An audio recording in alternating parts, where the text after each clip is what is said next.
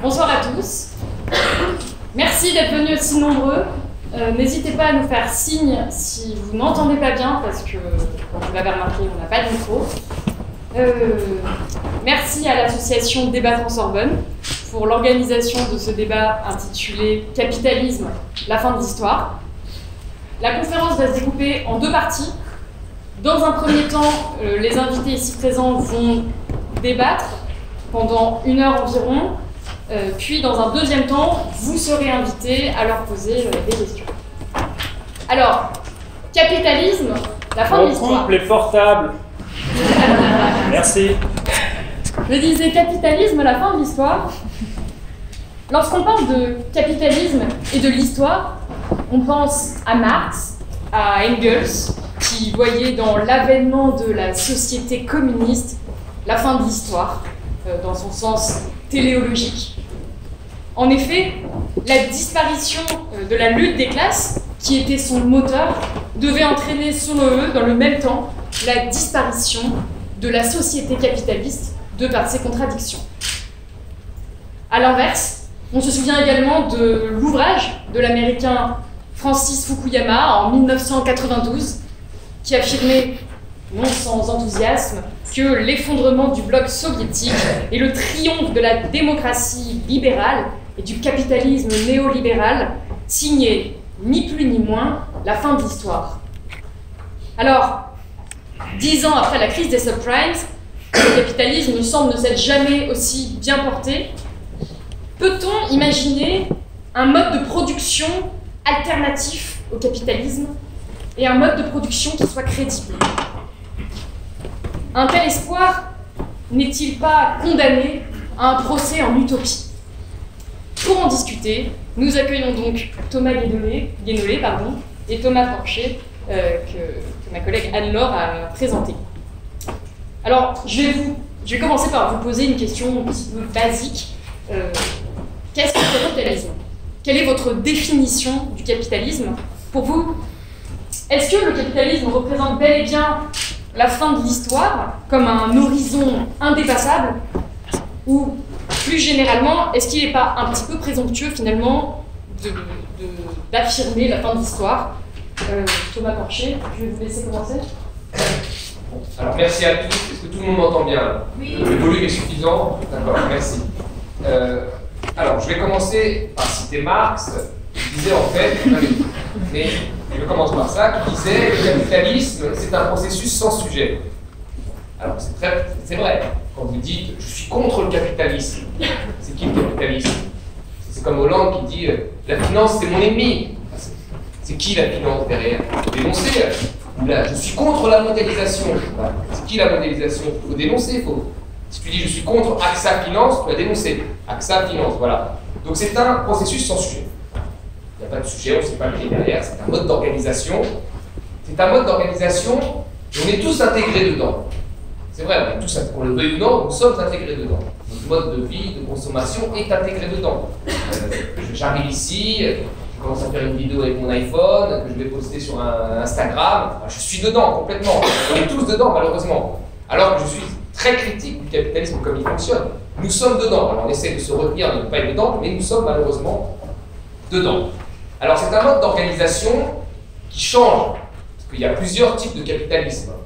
Il y a un très bon économiste qui s'appelle Bruno Amable, qui a identifié 5 formes de capitalisme. Aujourd'hui, on est dans un capitalisme libéral, depuis les années 80, style Thatcher-Reagan, mais pendant les 30 glorieuses, entre 1950 et 1970, on était plutôt dans un capitalisme administré, avec un État stratège, un État social, etc. Donc il y a plusieurs formes d'organisation qu'on souffre de capitalisme. Mais il y a quand même un lien commun entre tous ces capitalismes, qui est la production de marchandises, la production croissante de marchandises.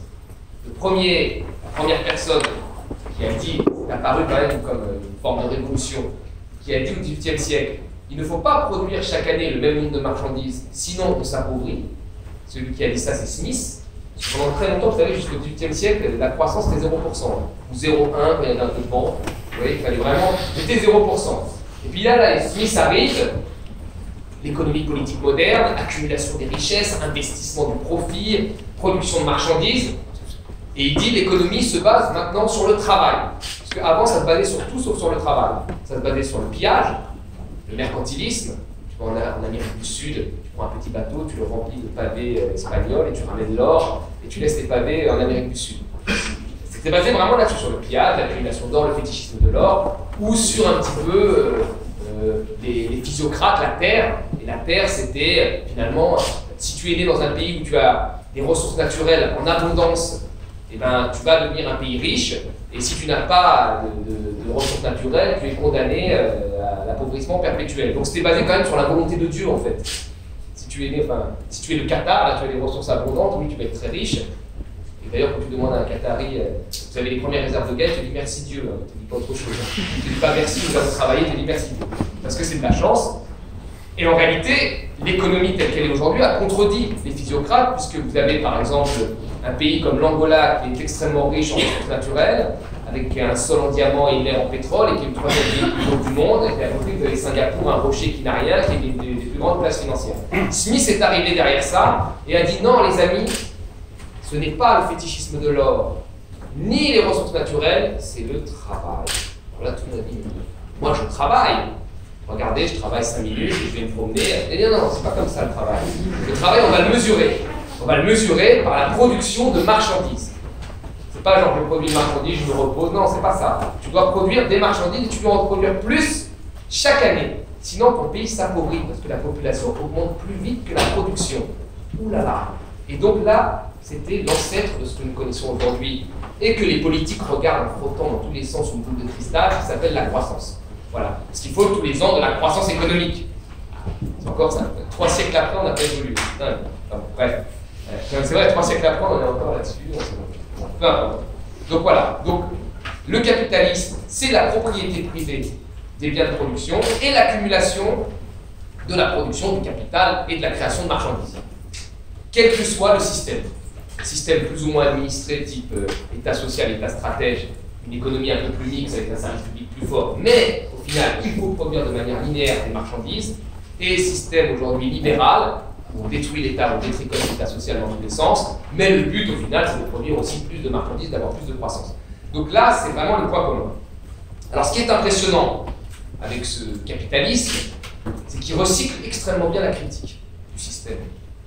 Vous voyez bien, aujourd'hui on peut être capitaliste et en même temps lutter contre le réchauffement climatique. On peut être dans le CAC 40 et être en même temps un premier financeur de la COP21. C'est super. Donc toutes les critiques, il les recycle très très bien. Donc c'est vrai, il les recycle très bien. Alors, il les recycle très bien. Il a une plasticité énorme. On l'a vu avec la crise, hein, parce que la crise de 2008, c'est la crise du capitalisme libéral. Et on est encore plus dedans aujourd'hui, puisqu'on a mis 10 ans après Emmanuel Macron au pouvoir. C'est vachement bien ça. Donc on est vraiment dedans. Voilà, ça c'est la première des choses. Et surtout, pour répondre aux critiques, ils trouvent souvent rien de mieux que de créer des marchés complémentaires. Alors ça c'est aussi génial. C'est-à-dire que la pollution aujourd'hui c'est un grand problème du capitalisme. Parce qu'on crée beaucoup de marchandises, donc on pollue. Donc il faut créer un marché des droits à polluer. Donc le premier marché ne fonctionne pas. La meilleure idée est de créer un marché complémentaire qui complète le premier marché qui ne fonctionne pas. Mais comme le deuxième marché va être créé par des humains et qu'il y a un rapport de force, il risque aussi de ne pas fonctionner. Donc il faudra peut-être créer un troisième marché pour faire mieux fonctionner le deuxième marché qui doit faire mieux fonctionner le premier marché. Donc on n'en sort jamais, vous avez bien compris. Donc ça c'est impressionnant. Donc plasticité, création de marché pour combler le premier marché. Donc on n'attaque jamais le cœur du système. Et la seule, pour moi, chose qui pourrait arrêter ce capitalisme aujourd'hui, et qui ne semble pas l'arrêter non plus, c'est, comme je l'ai dit, ce sont les forces de la nature. Alors ça fait toujours un peu fou de dire ça. C'est-à-dire que là, non mais c'est vrai que ça fait un peu fou. Il y a eu un moment, parce que c'est un cadre, vous savez, le mode de fonctionnement du capitalisme qui reste linéaire, c'est un cadre qui est formé par des rapports de force. À l'après-guerre, le Parti communiste était quand même un pouvoir politique très fort en France. Les grands intellectuels qui étaient ici même regardaient vers l'URSS en pensant que c'était le bonheur absolu. Et donc là, les gens se sont dit, oulala, il faut un capitalisme sympathique. C'est-à-dire ça, un capitalisme. Donc il faut que, voilà, on investisse dans le secteur public, que les salaires augmentent, que les gains de productivité profitent plus aux 90% qu'aux 1%. Et d'ailleurs, dans cette période-là, les 90% se sont plus enrichis que les 1% qui sont quand même enrichis. Et puis après, chute du mur de Berlin, l'URSS est l'école, le Parti communiste ne fait de moins en moins rien, le Parti socialiste se convertit à l'économie de marché en mettant des gens très sympathiques, des hommes d'affaires, ministres, enfin bref, parce que aujourd'hui ce monsieur est très malade. Mais donc, voilà, voilà où nous en sommes. Non, mais voilà où nous en sommes. Et là, le vrai problème de ça, c'est que là, c'est créer un nouveau mode de fonctionnement du capitalisme, basé sur le capitalisme libéral, qui a pour but aujourd'hui de détricoter finalement les acquis sociaux qui ont été faits dans cette première phase du capitalisme d'après-guerre. Donc aujourd'hui, il y a vraiment un détricotage de ce truc-là, et en face, à part mon ami Thomas Guézolé et certaines autres personnes, on est quand même très peu nombreux, à part vous, hein, peut-être, mais en face, ils sont quand même très très forts. Ils ont résisté à la crise, ils ont résisté à plein de choses, et puis ils nous envoient chaque jour des missiles, c'est très dur de résister. Donc il y a cette chose-là. Et l'autre chose qui pourrait l'arrêter, c'est clairement quand même des limites en termes environnementaux. Alors, l'environnement ne va pas se déchaîner et frapper les méchants comme dans le film américain, là. C'est-à-dire les pays, c'est pas sympa, cela c'est, ça frappe que les pays du Nord, tous les enfin, c'est pas comme ça que ça. Voilà, le jour d'après, pardon. Le jour d'après, ça ne va pas finir comme ça, vous avez la glace qui poursuit. Non, ça ne se finira pas comme ça. Mais clairement, aujourd'hui, comme le mode de vie américain reste l'exemple du mode de vie qu'il faut suivre pour l'ensemble des pays, avec des pays émergents et des taux démographiques qui sont de plus en plus importants, vous savez que si tout le monde vit comme un Américain, aujourd'hui il faudrait 5 planètes. Les Américains consomment 20 millions de barils, 18 millions de barils de pétrole par jour, ils ont produit 50 millions. Bah, vous voyez, on produit 90 millions de barils, si vous avez 7 milliards d'habitants qui consomment autant que les Américains, voilà, c'est un désastre en termes de ressources naturelles et aussi en termes d'écologie. Donc c'est les limites que l'on peut porter. Or aujourd'hui, rien ne nous assure que voilà, on n'arrivera pas au bout. Vous avez vu aujourd'hui le rapport du GIEC, qui complique pratiquement 6000 études. Chaque fois, ça avance. Au début, c'était 2100, après, ça a été 2060. Là, ils se disent, bon, d'ici 2030, il faut faire attention. Et vous regardez la courbe de croissance du PIB, qui reste dans toutes les prévisions linéaires, comme ça, qui augmente à l'infini. Vous savez que si on a 1% de croissance, tous les siècles, ça nous fait une multiplication de la production qui est énorme. Vous voyez et la population qui augmente avec. Donc vous avez une courbe comme ça, et vous avez cette courbe qui est corrélée aux émissions de CO2, c'est-à-dire la pollution, qui est corrélée de cette façon-là. Et là, le rapport qui a été rendu par la COP, qui a été rendu notamment à François Hollande, qui a été fait par Canfin, etc., et qui contraint l'évolution des émissions de CO2 à une signature de la COP 21, montre que la croissance doit augmenter tout de suite, parce qu'il ne faut jamais remettre en cause le système, et vous avez les émissions de CO2 qui doivent faire. Et ce tournant doit s'opérer dans les 3 ans à venir. Donc là, moi je commence tous mes cours en montrant ça à mes élèves, et ils me répondent, mais monsieur, nous sommes foutus. Pour ça. Une fois, j'étais avec 5 experts, pas du GIEC, des grands économistes, d'économie d'énergie. Et à la fin de la conférence, le modérateur nous a posé une question. Pensez-vous que l'accord de la COP 21 va être réalisé? Ben, ils ont dit tous non. Ils ont dit, dans l'état actuel des choses, non. Je dis non. Alors il y en a une qui a dit oui, il faut garder un peu d'espoir. Donc elle a dit oui, mais tout le monde a dit non. Donc là, clairement, le capitalisme, quand vous regardez les courbes, c'est bien, donc, les meurtriers font une grosse partie de la population au jour le jour. Les pays où il y a 1 milliard d'habitants qui n'ont pas accès à la nourriture, mais on produit de quoi nourrir 11 milliards d'individus sur Terre. On produit de quoi nourrir 11 milliards d'individus. Nous sommes 7 milliards, donc il y en a 4 milliards qui n'existent pas, mais bon. Mais il y en a un plus sur les 7 milliards, 1 milliard qui n'a pas accès à la nourriture. Donc c'est super, c'est bien fait. Donc ça sert encore. Enfin, vous imaginez dans le blé, là, tous les ans, oui, produisez beaucoup plus de croissance, mais à quoi ça sert? On ne sait pas, parce que ça va à la poubelle. Bon, bref. Mais voilà où nous en sommes. La production linéaire de marchandises, aujourd'hui, elle exclut quand même une partie de la population qui souffre, et sur le long terme, se pose une vraie question. Donc là, il y a ce qu'on appelle un grand virage à faire, et c'est très difficile parce que nous sommes tous imbriqués là-dedans, nos modes de production et de consommation sont imbriqués là-dedans. Franchement, le changement ne pourra pas venir que du consommateur. Il doit vraiment attaquer le cœur du système. Et le cœur du système, pour l'attaquer, il faut être dans le combat. Merci beaucoup. Merci. Thomas Guénolé, est-ce que vous partagez ce constat? Oui. C'est pas vraiment une surprise. Gardons un peu d'espoir. C'est pas vraiment une surprise. Je parle de la façon de présenter le capitalisme, la perspective historique, etc. Mais je vais compléter avec une approche qui est différente. pas divergente, elle est différente, c'est simplement que je prends le problème par un autre bout. Donc en fait, après avoir écouté Aramis, maintenant c'est le tour d'Athos. Précision, avant de commencer, je ne sais pas s'il y a des... Normalement, il doit y avoir quand même quelques-uns d'entre vous qui sont étudiants en Sorbonne, ici même. Et je voudrais, avant toute chose, vous dire, au moment de la réforme Parcoursup, ce que vous avez fait, une partie d'entre vous, en bloquant la Sorbonne, qui n'est pas n'importe quel établissement dans l'histoire des mouvements étudiants de France, je voudrais vous dire qu'on a été très nombreux, moi le premier, à être fiers de vous et à être vraiment... ça nous a fait vraiment chaud au cœur de voir des gens plus jeunes que nous faire un truc aussi gonflé aujourd'hui. Et donc, bravo, et vraiment, là c'est personnel, vraiment merci. Merci. Fin de la parole.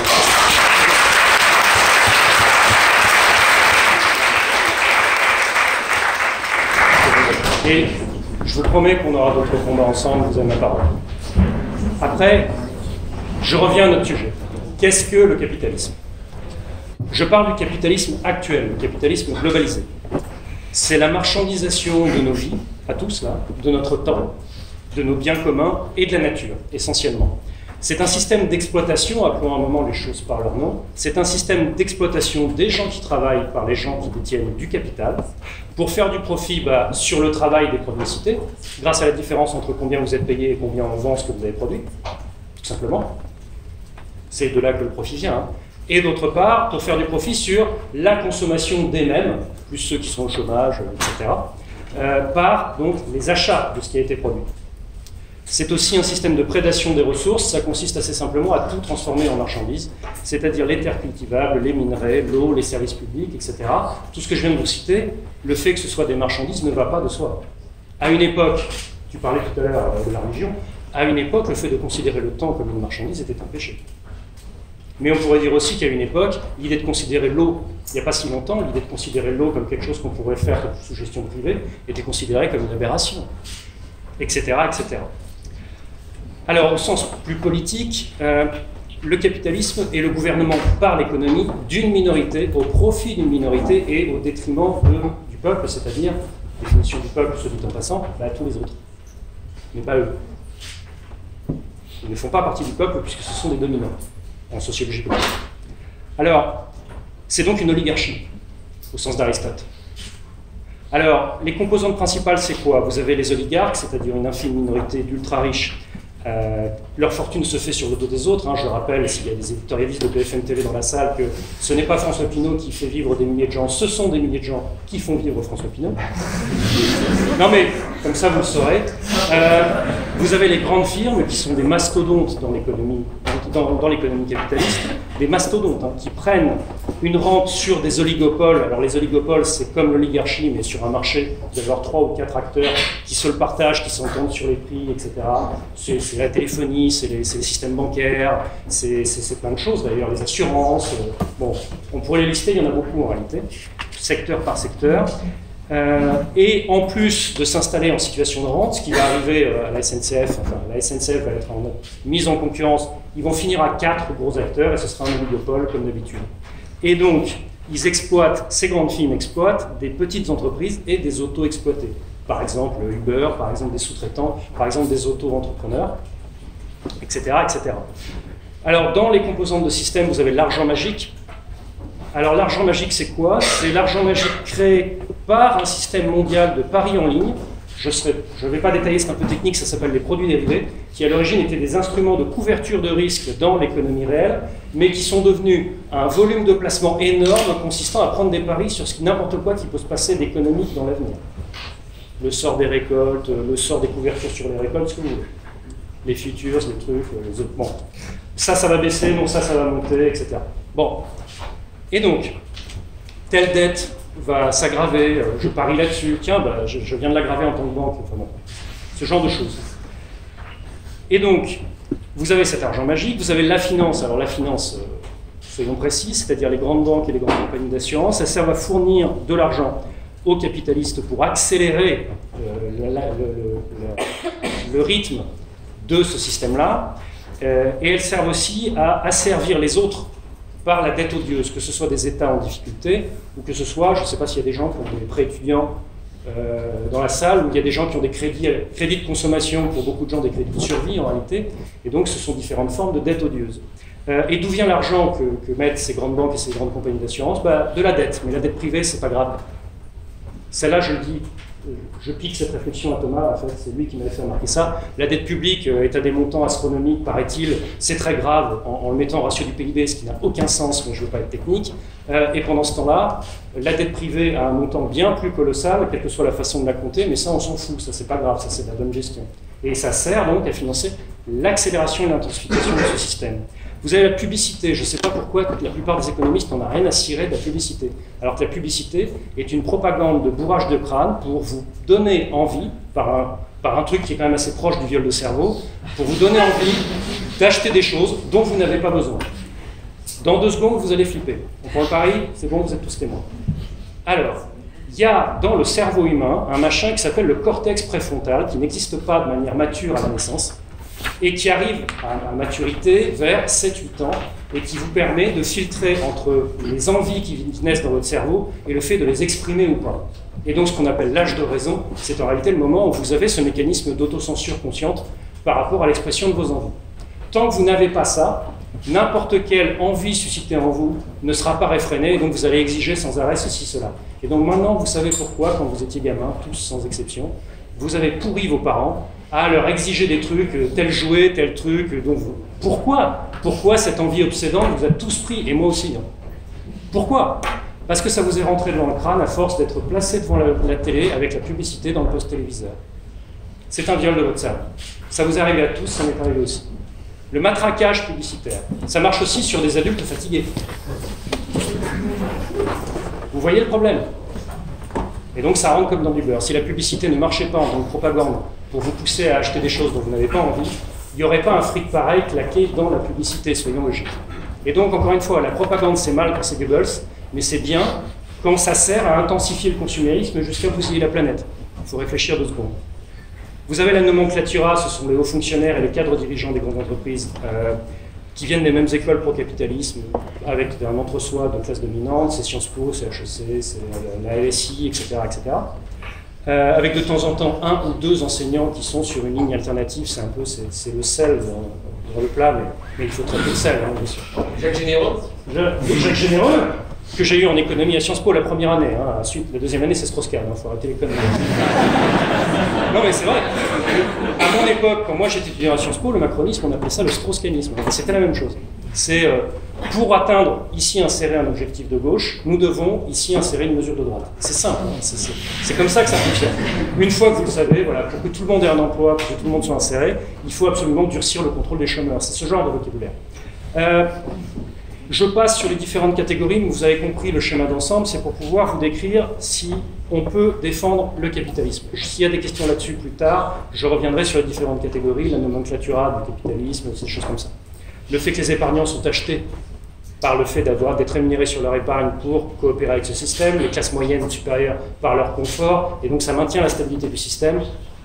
Même chose pour le filet de sécurité qui permet à des milliards de gens de juste survivre. Ça sert principalement à ce qu'ils ne se soulèvent pas. Donc on leur donne juste assez à bouffer. Ça s'appelle le RSA. Peut-on défendre le capitalisme? Non. Je vais vous donner des points assez précis.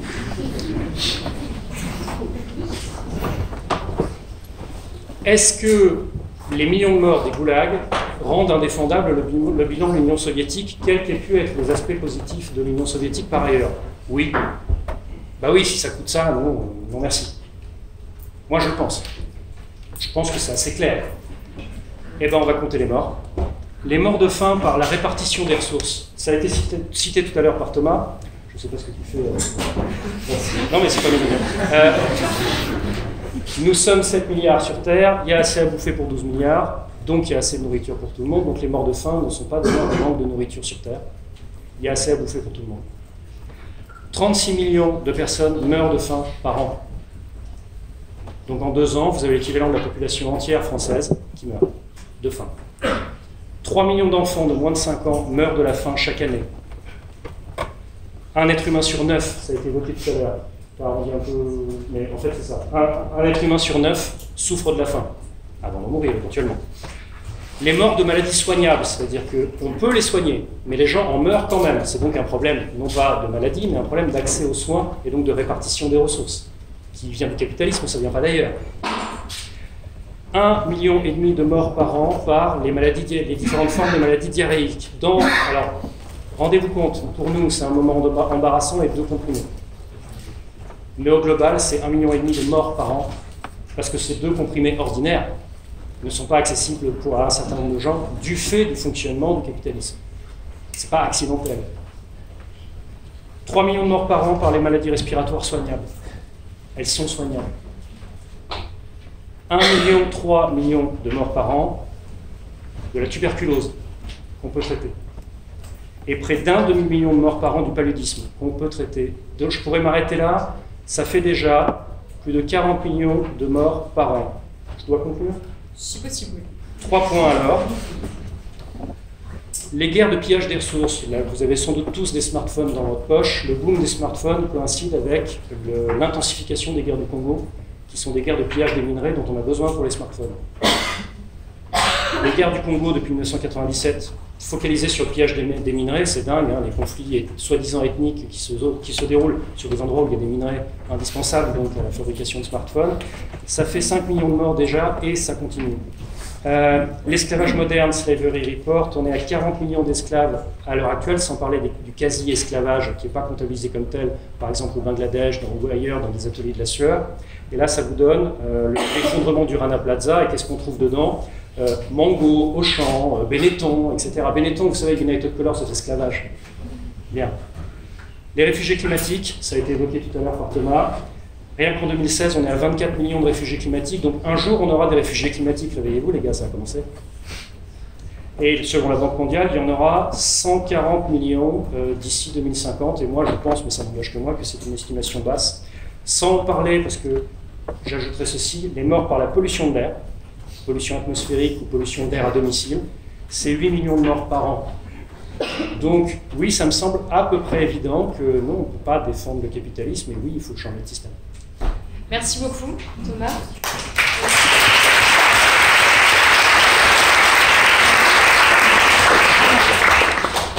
Vous êtes donc tous les deux plutôt d'accord sur le fait que le capitalisme aujourd'hui mène à une situation désastreuse, qu'il y a urgence. Mais alors la question, c'est comment on remédie à cette urgence ? Selon vous, est-ce qu'il faut réformer le capitalisme ? Est-ce que réformer le capitalisme, ça peut suffire ? Ou est-ce que c'est définitivement une cause perdue ? Et dans ce cas, si c'est une cause perdue, comment on va penser l'après-capitalisme ? À partir de quels modèles économiques et sociaux ? Thomas Blanchet ? Oui, c'est une bonne question, très difficile. Donc, ce que je voulais ajouter sur ce qu'elle... Après, je réponds à la question. Et Thomas, il avait raison. Dans la démonstration, il y a quelque chose que je n'avais pas dit, et il a bien soulevé, il a entièrement raison. C'est que vraiment, dans le système du capitalisme, et le capitalisme, tout le monde l'a dit, vous avez toujours une partie prenante qui est écrasée. Qui est toujours écrasée. Smith le disait hein, à l'époque. Je veux dire, le mec, enfin, ceux qui sont la classe sociale qui est centrale dans le capitalisme, c'est le capitaliste. Le rentier, il faut qu'il devienne capitaliste, et le travailleur, il faut qu'il soit écrasé. Écrasé, pas trop non plus. C'est là qu'il a mis son concept de salaire de subsistance, parce qu'au début, les mecs, ils payaient. Bon, tu es un travailleur, tu n'as que ta force de travail à offrir. Comment tu fais ? Tu fais comme dans les pays pauvres. Tu viens, tu dis, je veux manger, paye-moi. Tu le payes $1, $2 par jour, tu le formes, le mec, au bout d'une semaine, il revient, il va à un point, il finit par mourir. Merde, je l'ai formé, il est mort. Petit à petit, tu augmentes le salaire, $2, $3, et à un moment, tu arrives à un salaire où le mec, il revient tous les jours. Et il se dit, ça, c'est le salaire de subsistance. Et ce salaire de subsistance, il permet au travailleur de subvenir à ses besoins, à lui et aussi à son enfant. Parce qu'il faut renouveler la classe des travailleurs. C'est ce qu'ils disent, tu vois. Ils disent, mais il ne faut pas lui donner plus, parce que si tu lui donnes plus, il va commencer à épargner et il pourra devenir capitaliste un jour. Et donc tu tues la classe sociale de la force du travail. Donc dans le capitalisme, tu as toujours une partie prenante qui est écrabouillée. Ça c'est clair. Aujourd'hui, elle est écrabouillée en France, mais elle a beaucoup été écrabouillée, délocalisée, et elle est écrabouillée encore plus dans les pays en développement, comme tu l'as dit, où là, c'est très loin, on ne voit plus, et bon, voilà, on se couche le nez en disant ici, oui, c'est super. Enfin, donc c'est vrai, sur une grosse partie des productions, c'est ce qui se passe. Tu as remarqué qu'on ne fait pas le lien souvent. C'est pas le lien autoritaire et brutal, oui, mais on fait pas les exportations, c'est nous, c'est nos pays qui les achètent. Exactement, on ne fait pas le lien, et en plus, sur les questions climatiques qui sont reliées à ça, on a plus souvent les pays émergents les plus gros pollueurs, mais ce sont nos multinationales. Enfin, la Chine, c'est l'atelier du monde. C'est les multinationales européennes et américaines qui produisent là-bas et qui exportent leurs biens vers les pays consommateurs que nous sommes. Et donc après, nous, on a des faibles émissions, ou plus faibles, mais ces plus faibles émissions ne sont pas dues aux efforts que l'on a fait, elles sont dues à la délocalisation de nos productions dans ces pays pauvres. C'est ça qui est hallucinant. Et là, il y a une véritable hypocrisie dans les négociations climatiques. Voilà. Sur le combat du capitalisme, c'est extrêmement difficile, comme je dis, parce qu'on est imbriqué dedans. On est imbriqué. Enfin, si vous me dites là, mon téléphone, j'ai bu un coca, nous sommes imbriqués, mais complètement là-dedans. Et notre marge de manœuvre est, non mais c'est vrai, notre marge de manœuvre est extrêmement faible. Elle est nécessaire. Je fais attention au plastique, tout ça c'est nécessaire. Je dénonce, tout ça c'est nécessaire. Mais en instance, la marge de manœuvre est extrêmement faible. Et c'est pour ça aujourd'hui que tout est fait pour faire croire au consommateur que c'est lui qui doit faire l'ajustement. Et vous imaginez, vous avez une journée de travail, vous rentrez de votre boulot, vous êtes mort, épuisé, vous allez chercher votre fils à la crèche, peut-être pas sans crèche, peut-être pas sans crèche, vous avez 1000 balles par mois, vous êtes mort, là, vous allez faire les courses, et là, tu dois prendre chaque élément. Alors là, ce que vous faites en plastique, c'est dégueulasse, et bien c'est un grand groupe. Tu lis la codification, machin, truc, muche, qui veut dire qu'il y a je ne sais pas quel perturbateur endocrinien. Enfin, c'est horrible. L'ajustement par le consommateur, il est extrêmement faible. Et c'est pour ça qu'on fait croire que oui, c'est le consommateur qui doit se prendre en main, éteins ton robinet qui coule, attention, des cours de développement durable en première. Parce qu'il ne faut pas attaquer le cœur du système. Et le cœur du système, il est tenu par les multinationales. Ça, c'est la première chose. Ça, il faut être clair là-dessus. D'accord? Il faut être clair là-dessus. On vous dire, mais qu'est-ce qu'on peut faire à part ne pas consommer? Il faut dénoncer, il faut attaquer, enfin, vous êtes des étudiants, voilà, vous êtes en mesure de le faire. Là, les étudiants. Ils ont prouvé récemment. Voilà, ils l'ont prouvé récemment, mais souvent, et ça, il faut vraiment. Enfin, moi, je pense que ça part souvent des étudiants, parce que vous avez le temps, vous n'êtes pas des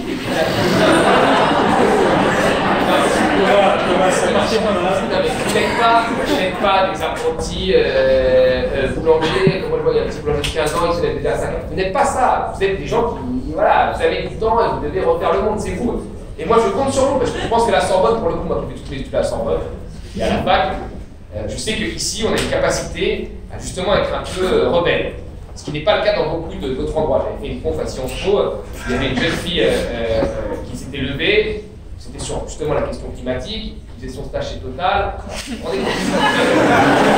marqué dans mon livre, et moi j'étais très étonné parce qu'elle était à Sciences Po. Donc elle était ce qu'on appelle en économie, un terme anglais, une market maker. Tu vois, c'est-à-dire voilà, market maker, c'est-à-dire que c'est elle qui peut insuffler un changement. Elle a toutes les forces pour le faire. La nana, elle fait un stage chez Total, pourquoi pas? C'est difficile de trouver des stages aujourd'hui, pourquoi pas? Mais là, elle prend la parole devant tout le monde, et elle me dit, oui, monsieur, vous savez, c'est bien beau ce que vous dites, mais il y a des questions de rentabilité derrière. Alors moi, je dis, ok, très bien, mais si toi, tu penses à 23 ans, mais qu'est-ce que tu vas penser à 40, 50 ans? Enfin, sans être méchant. Si tu commences comme ça, on est mal barré. C'est-à-dire que là, tu as une position de classe, tu vois, direct. Je suis du bon côté, donc Laurent, monsieur, vous êtes... Voilà. Alors que non, c'est les étudiants, l'école supérieure de Sorbonne, qui doivent impulser le changement. Maintenant, il y a deux niveaux de combat. C'est ça qui est très difficile. Parce qu'il y a le combat ici, on est entre gens qui font des études, alors on se sent, oui, il faudrait faire ci, il faudrait faire ça. Non, mais c'est vrai. Moi, j'ai fait des débats avec des gens comme on parle, oui, c'est super, là, c'est génial. Mais après, vous avez le combat aujourd'hui de destruction, vraiment, des acquis du capitalisme un peu plus sympathique, pas sympathique, que nous avions avant. Quand vous allez voir des ouvriers, il y a beaucoup d'ouvriers qui vont demander de venir sur les raffineries, etc. Si vous leur sortez le grand discours, oui, fin du capitalisme, autogestion, ZAD, toutes ces conneries, le mec il me regarde et dit non, moi je veux juste conserver mon emploi, parce que je dois payer ma maison, parce que je dois payer ma voiture, mon essence, l'école. Et là, vous ne pouvez pas lui tenir le discours. Donc là, vous avez un véritable combat pour l'empêcher, pour empêcher la destruction de son travail, de son acquis social. Et là, c'est un combat urgent, vraiment urgent, sans marge de manœuvre. Et là, vous êtes obligé d'être sur comment on maintient le système plutôt convenable tel qu'il est. C'est ça qui n'est pas évident. Et l'autre côté, vous avez après ce combat de récits différents pour vraiment changer la machine. Parce qu'on pourra, protéger ces gens, manifester, faire des blocages comme Thomas sait bien les faire, se battre contre des flics comme Thomas sait bien les faire. C'est vrai, on pourra faire tout ça. Le premier gaz lacrymo, j'avais 17 ans, voilà. Voilà, mais on pourra faire tout ça. Je me suis mis tard. Oui, mais on pourra faire tout ça, on ne préservera qu'un système qui pollue, qui est inégalitaire, etc. Mais il est nécessaire parfois d'être sur le court terme comme ça. Mais sur le long terme, il faut vraiment réfléchir à un changement radical qui, pour ma part, me semble extrêmement compliqué. Voilà, parce que c'est un rapport de force qu'il faut établir. On ne peut pas, enfin, je finirai là-dessus, l'erreur fatale pour moi, c'est de vouloir faire le système à côté du système. Il y a beaucoup de gens qui veulent faire ça maintenant. Genre, un village, au Royaume-Uni, topless, les mecs qui vivent, c'est la plage de Leonardo DiCaprio. Ils vivent dans leur coin. Alors là, leur coin, vraiment, c'est zéro carbone, ils mangent leur potager. C'est super, mais en attendant, le gouvernement anglais, il signe des contrats de malades sur le gaz de schiste, il fait tout pour tuer les réglementations sur l'environnement à Bruxelles. C'est ça. Et là, à côté, vous faites votre paradigme, et de l'autre côté, c'est encore pire. C'est pas du tout comme ça, moi, je pense qu'il faut faire. Même si les gens, ça les rassure. On doit être dans le combat. Et dans le combat, c'est quoi? On doit être à tous les niveaux. Dans les institutions, dans la représentation coloniale, dans les médias, dans les bouquins, dans la prise de parole, dans l'organisation de ce type de conférences, partout. On doit être partout. Parce que là, en face de nous, on a quand même des mecs qui sont bien en place. Donc on doit vraiment être partout. Donc le combat, il est très important. Merci beaucoup. Et c'est peut-être là qu'on a notre point de...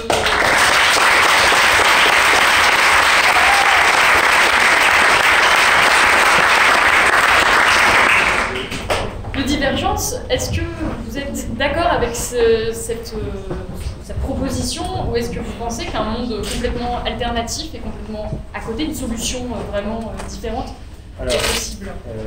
Moi, dans ce que j'ai entendu de ce que dit Thomas, l'autre Thomas, il n'a pas dit qu'il ne fallait pas changer de système, il a dit qu'il ne fallait pas faire son utopie à petite échelle à côté du système capitaliste qui est en train de détruire la planète et détruire l'écosystème, je vais y revenir, et se faisant de foutre en l'air les conditions de survie de l'humanité. Et donc, non, j'ai des points de désaccord par rapport à ce qui a été dit, mais c'est sur d'autres points. D'abord, sur l'idée qui revient aux étudiants de l'enseignement supérieur d'impulser le changement, je ne suis pas d'accord, parce que je suis d'accord avec la suite de ce que tu as dit, c'est-à-dire qu'on doit s'y mettre tous, et j'attire votre attention sur le danger de penser que seuls les gens qui ont accès à l'enseignement supérieur peuvent comprendre les enjeux.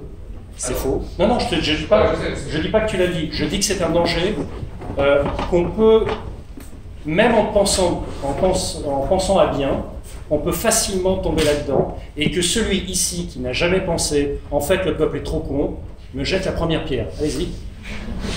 Ok? Tout le monde a pensé au moins une fois que le problème, c'est que les gens sont trop cons.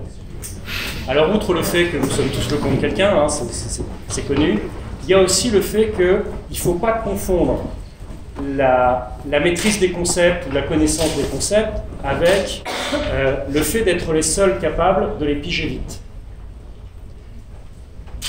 Raison pour laquelle il y a un boulot de diffusion des éléments de la manière la plus accessible possible. C'est pour ça que tu écris des bouquins et que tu fais des conférences, c'est pour ça que je fais pareil, c'est pour ça que j'ai proposé à la France Insoumise de faire l'école de la France Insoumise et que tous les contenus sont en accès public sur le web. C'est pour qu'un maximum de gens qui n'ont pas nécessairement l'habitude de ce genre de contenu puissent les consulter facilement, etc. etc.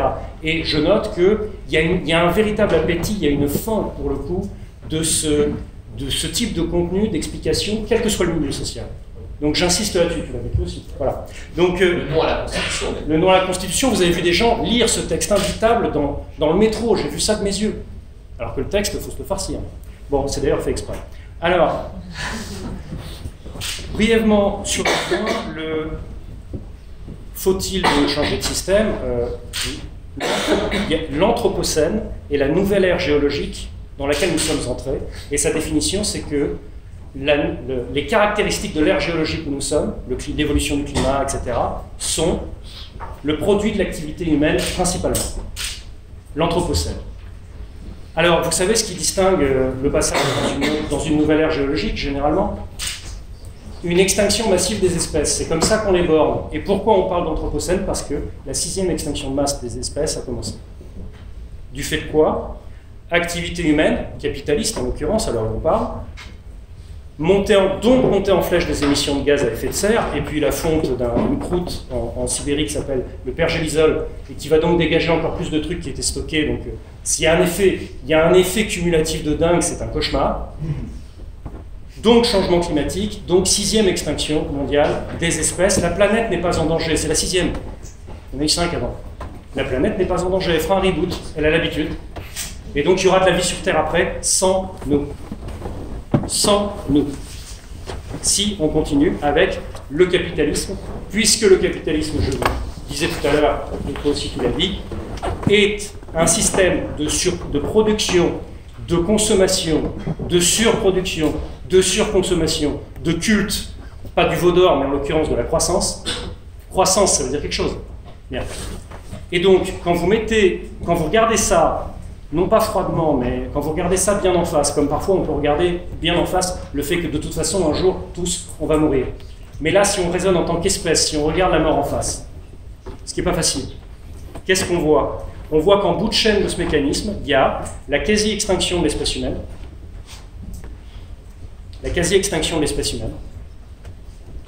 et l'extinction de la quasi-totalité, ou en tout cas la l'écrasante majorité des espèces vivantes.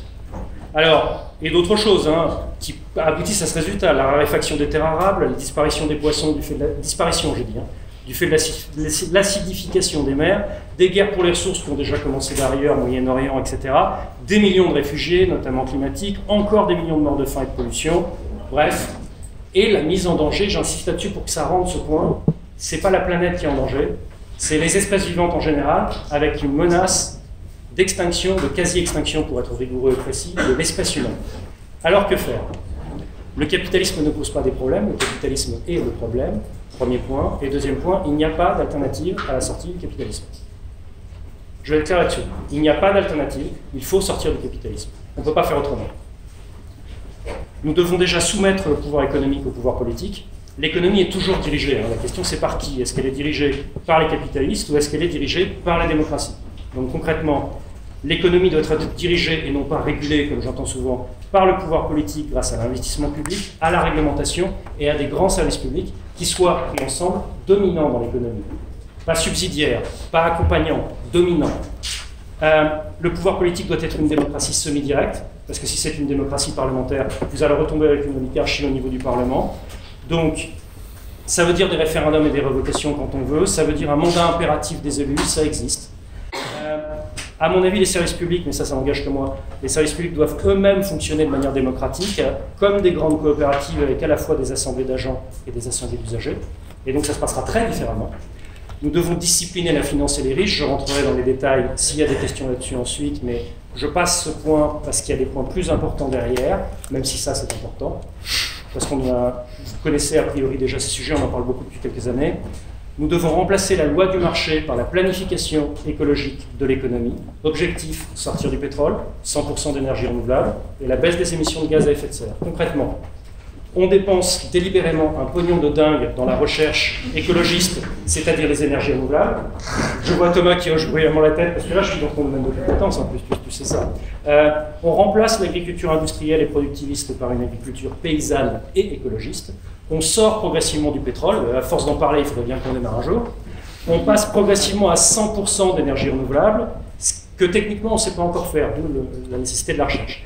On passe progressivement au zéro déchet par l'interdiction de l'obsolescence programmée. Vous savez, ça tombe en panne, c'est fait exprès, vous êtes au courant. Ça finit par se voir. Et tendre vers le 100% recyclage, même si par définition le 100% recyclage n'est pas possible stricto sensu. À mon avis, il faut carrément interdire le matraquage publicitaire consumériste. Après tout, on a bien interdit la propagande totalitaire publique, alors pourquoi pas la propagande totalitaire privée, c'est-à-dire la publicité. On devrait aussi sortir, mais là, je précise, quand je vous dis ça, à mon avis, et quand je vous dis ça n'engage que moi, ça veut dire que ce n'est pas dans l'avenir en commun le programme de la France Insoumise ou le chemin. Et donc, à mon avis, il faut sortir, pour des raisons écologiques, il faut sortir progressivement de la production et de la consommation de viande. Pour des raisons écologiques, parce qu'il n'y a pas que les gaz à effet de serre produits par le transport, il n'y a pas que le processus de production, il y a aussi les gaz à effet de serre produits par l'activité intensive d'élevage. Et donc, je pense qu'à un moment donné, il faut qu'on arrête, et c'est possible, Il n'y a pas que les protéines carnées dans la vie. Voilà. Nous devons remplacer le libre-échange, ça veut dire commerce international sauvage en français courant, par le protectionnisme social et écologiste. On met des barrières protectionnistes contre les importations dont le processus de production et l'acheminement sont écologiquement irresponsables. On met des barrières protectionnistes contre les importations dont les conditions de travail sont antisociales, ce qui veut dire que si le droit du travail de l'exportateur s'améliore, on n'a plus besoin de mettre la barrière, il n'y a pas de problème, ça permet un commerce équitable. On remplace nos traités commerciaux inégaux avec les pays du Sud par des traités de commerce équitable. Je pense en particulier aux accords agricoles avec l'Afrique subsaharienne qui sont en train de leur bousiller leur agriculture vivrière en même temps qu'on privatise de manière sauvage leurs terres. Je pense par exemple au Mozambique. Je ne vous donne pas le pourcentage des terres arables confisquées par les multinationales, vous ne me croyez pas. Le partage équitable des richesses, ça suppose notamment de se poser la question sérieusement du plafonnement des inégalités de salaire, de revenus et de patrimoine, ainsi qu'une réforme fiscale de redistribution des richesses. Parce que là, vous rentrez dans le dur, hein, on est d'accord. Et puisque j'en profite, la finance, en particulier, je ne ferai pas long, il faut qu'on sorte de l'esclavage de la dette, c'est quand même le gros argument en ce moment.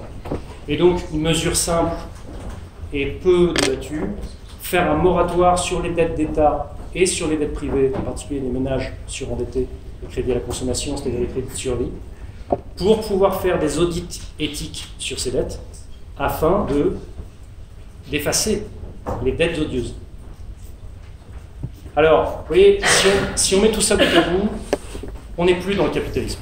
Si. Non, on est dans l'économie sociale et solidaire, mais on n'est plus dans le capitalisme parce que... On n'est plus dans le capitalisme libéral. Non, on n'est plus dans le capitalisme. On aura... vous voyez qu'on a fini par avoir des accords.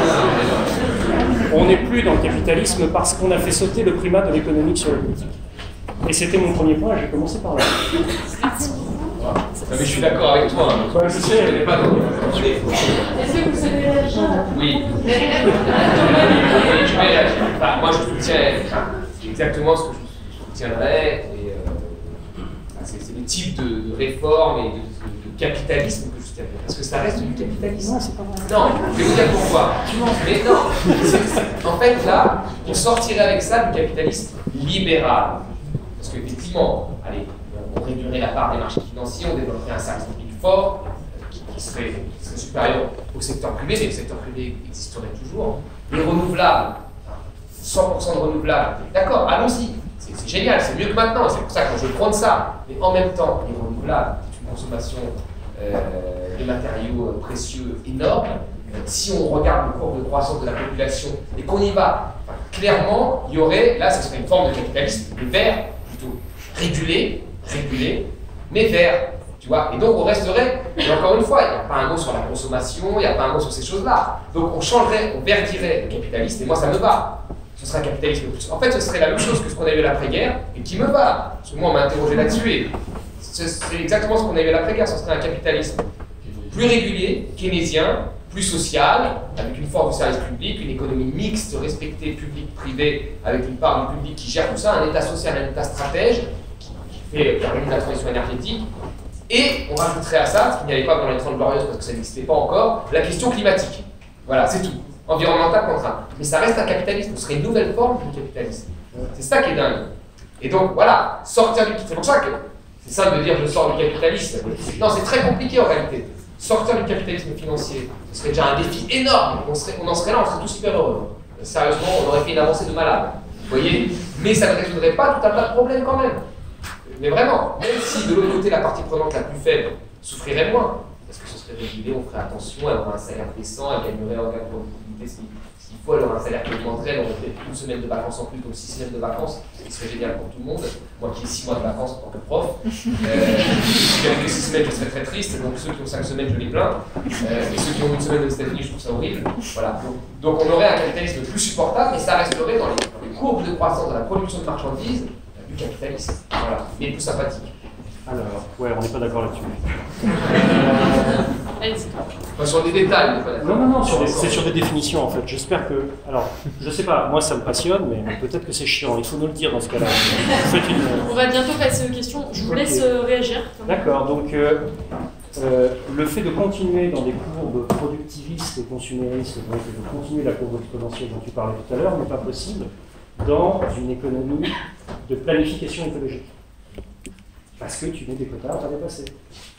Et donc, l'essence même du capitalisme, c'est-à-dire la maximisation du profit dans la surconsommation, la surproduction,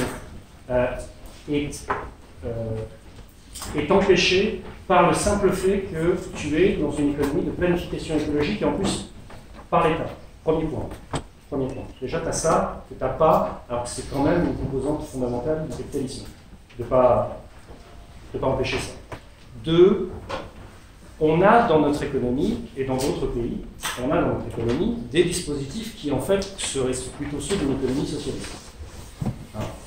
Par exemple, des services publics. Vous voyez, dans certains domaines, on a des poches d'économie socialiste. Des poches. Mais pourquoi on considère qu'on est quand même dans une économie capitaliste? Parce que c'est l'économie capitaliste qui est dominante. Et donc, ce qui qualifie l'ensemble, c'est quel est le type d'économie qui est dominante. Est-ce que j'ai préconisé est une économie mixte? Oui, mais ce n'est pas une économie mixte. Mais puisque c'est les formes socialisées d'économie qui sont dominantes dans ce que je suis en train de décrire, en toute rigueur, me semble-t-il, ce n'est pas une économie mixte capitaliste, c'est une économie mixte socialiste, dans laquelle il y a une part minoritaire d'économie de marché. Donc, finalement, ce n'est pas un débat que de définition, parce que quoi? Donc la propriété privée est réduite. La propriété privée devient, le secteur privé devient minoritaire. Et ça, bon, finalement, c'est pas qu'un débat de définition, on est d'accord. C'est que on se retrouve donc dans, si on appelle les choses par leur nom, on se retrouve dans une économie socialiste. Économie mixte, entendez-moi bien. On ne va pas collectiviser vos chemises, comme dirait David. Donc, on est dans une économie à dominante socialisée. Socialiste, ça fait peur, j'ai remarqué. Socialisé, ça veut dire exactement la même chose, mais les gens disent c'est doux, c'est gentil, c'est pareil. Bon, une économie mixte, socialisée et de planification écologiste. Écologiste, parce que écologique, c'est pas assez clair. Et donc, non mais c'est vrai, je suis d'accord.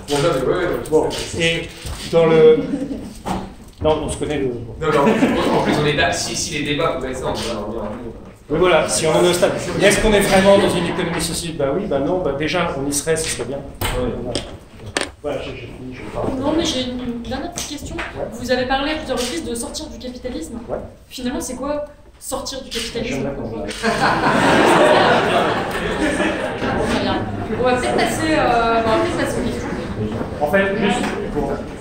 Je crois que c'était clair, mais ça consiste effectivement à passer d'une économie dans laquelle de plus en plus les formes socialisées sont résiduelles et l'économie capitaliste, l'économie de marché est dominante, à précisément le contraire. Donc, dans la mesure où on passe d'un système à son contraire, je pense qu'on sort du système précédent, ça me paraît clair. Alors, par contre, non, on n'en sort pas sous la forme, on collectivise tout, et il y a un État central bureaucratique qui dirige tout. Ça a déjà été essayé, et manifestement, ça ne marche pas. Alors, sur la sortie du capitalisme total, franchement, je vous l'avoue ici, je n'ai pas la réponse. C'est ça qui est grave. Je n'ai pas la réponse. C'est-à-dire que même si moi, la première chose que je veux, c'est de sortir du capitalisme libéral. Ce que je veux ressemble à ce qu'a dit finalement Thomas, et que je vois comme encore une forme de capitalisme, parce qu'il y a une croissance de la marchandise, des productions, etc. D'ailleurs, même le programme de la France Insoumise se base sur le taux de croissance d'un 5, 2%. Donc tu vois, c'est un programme plutôt c'est un programme plutôt keynésien. Enfin, en tous les cas, dans les cadrages que j'avais vus faits par des économistes dont un est parti, mais bon, je ne critique pas, j'aime pas critiquer la France Insoumise. Mais c'est un programme. Lui est parti. Ouais, mais c'est un programme plutôt de relance que je voyais, de façon plutôt de relance keynésienne, sur lequel je ne suis pas contre. Donc ça, c'est une première chose. Et si on était là, on serait déjà tous plus heureux en soit le moment présent. Mais sur très rapidement, alors peut-être sur le moyen terme, parce que même plus rapidement que le moyen terme, et peut-être un peu plus tard que le court terme, parce que dans le court terme, il y a des gens qui souffrent tous les jours, un peu plus. Il y a toute cette question vraiment de la contrainte environnementale. Et pour ça, on ne peut plus avoir même ne serait-ce que 0,5 à 1% de croissance sur un siècle. On est mort. Vous voyez, de l'ère industrielle 1700 à nos jours, la population a été multipliée par 10. Le niveau de vie par 10. Imaginez-vous avec un taux de croissance moyen de 1,5. Donc ce n'est pas les taux de croissance de 5, 6%. Vous voyez. Imaginez-vous maintenant un taux de croissance le même que nous avons aujourd'hui, d'un 1%, 1,5 sur un siècle. on remultiplie la population par 10 et le niveau de vie par 10, we are dead. Voilà, c'est tout. Thomas, juste là-dessus, sur la croissance économique qu'entraînerait l'application du programme de la FI. Juste une précision, tu te retrouves avec une croissance du PIB, mais qu'est-ce qu'il y a dedans? Il y a, les résultats du programme de planification écologique avec des grands travaux qui ensuite font s'écrouler les émissions de gaz à effet de serre. Donc ceci pour dire que tu te retrouves dans un cas où tu as une croissance, pardon, je ne veux pas être trop technique, mais c'est assez simple ceci dit. Tu te retrouves au sens strict de la définition du PIB avec une croissance du PIB, mais en réalité, tu es en train d'entrer dans un déclin de la consommation des ressources. Oui, oui. Voilà, on est d'accord. Donc, juste pour préciser, c'est pas comme c'est pas de la vraie croissance au sens où on entend de l'accumulation, de l'augmentation de la consommation des ressources, puisque vous avez un pic où là on est dans une politique de grands travaux vraiment, vraiment massive dans ce qu'on propose, qui est une politique de transition écologique totale de l'économie. Mais ensuite, par définition, vous vous retrouvez avec une baisse de la consommation des ressources, et parce qu'il y a eu une baisse de la surproduction, de la surconsommation par le système économique lui-même, et donc notamment de les émissions de gaz à effet de serre. Juste pour préciser un peu, parce que sinon ça paraît contradictoire. Oui, et puis alors, juste je ne réponds pas à cette question, mais c'est qu'il y a des biens qui nécessitent de la croissance, les renouvelables, on est largement en dessous de nos objectifs, donc là il faut de la croissance à 3 chiffres. J'exagère. Et il y a d'autres choses qui n'ont plus besoin de croissance du tout, et il faut de la décroissance. Sur les ressources fossiles, vous savez qu'aujourd'hui les réserves prouvées, celles qui sont accessibles, et ben on ne pourra en sortir que un tiers. Il faut que 2 tiers restent sous terre. 2 tiers. Et vous avez des débats aujourd'hui, c'est pour ça que c'est un débat complètement climaticide, où on dit est-ce qu'on doit aller creuser l'Arctique? Alors on n'a pas trouvé. Doit-on aller creuser l'Arctique? Il y a 3 ans, ici même en France, pays développés, on débattait du gaz de schiste, du pétrole de schiste, alors que l'on sait qu'on doit laisser 2 tiers de ce que l'on connaît déjà sous terre. Donc vous voyez, c'est complètement lunaire. Et là, effectivement, il faudrait une décroissance sur les énergies fossiles. Voilà, stop, j'arrête. Question. Merci beaucoup.